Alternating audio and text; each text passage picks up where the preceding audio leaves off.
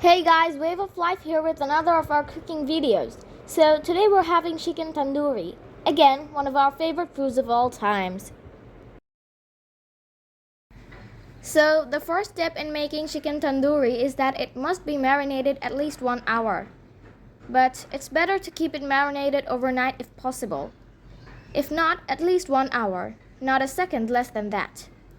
The marination in process. You can see the required ingredients on your screen, but let me just say it out loud to you guys. So the ingredients are ginger garlic paste, yogurt, soy sauce, cumin, chili, paprika, coriander, garam masala, and homemade tandoori masala powder. They must be mixed thoroughly. We wanted to show you the recipe of making the homemade tandoori masala, but we really don't have the time for that today. We'll show you its recipe in another video somewhere in the future. Of course, if you're interested. As you mix by, don't forget to add some mustard oil to it. Now it's time for the chicken to be prepared. So my dad's cutting some lines through the chicken flesh, as you can see. Also, you'll notice that it is done in some other chicken recipes too.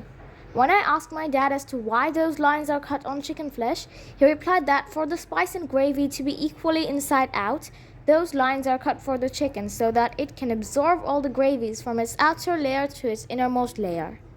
He also explained that it provides a great amount of smell to the chicken and that it enhances the taste even more when we chow down on it. Now he's pouring the marination gravy on the chicken and marinating it. Don't forget, you should marinate it at least 1 hour and if possible overnight. And not even 1 millisecond less than 1 hour. It is a rule strictly followed if you want your chicken to taste better. Otherwise, you are welcome to expect the unexpected disaster. As the marination continues, we can see the color deepening on the chicken and the red looks so vibrant. All thanks to the paprika powder. Remember guys, this is a very important ingredient and if you don't have them, you better go to the nearest supermarket and grab them. And look at the fluffy dough, it's so satisfying to watch. Now we need the dough to make some naan for our tandoori chicken. So just roll it out, as in usual we would. Put it in a pan and pan bake it. We used a frying pan for this, the regular one. Be sure to leave them on each side for 2 minutes before flipping. Make sure it is perfectly baked and not burnt or overly cooked. We coated the top with some ghee. You can also use some butter on it. The smell of ghee is so good on these naans. Now it's time to cook our marinated chickens from earlier. Usually for chicken tandoori, tandoors are used.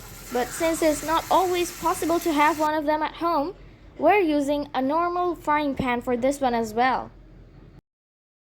You can see by now that the chicken has absorbed all the red liquid that was poured on it. Well, most of it. And this is how it turned out to be when it's cooked.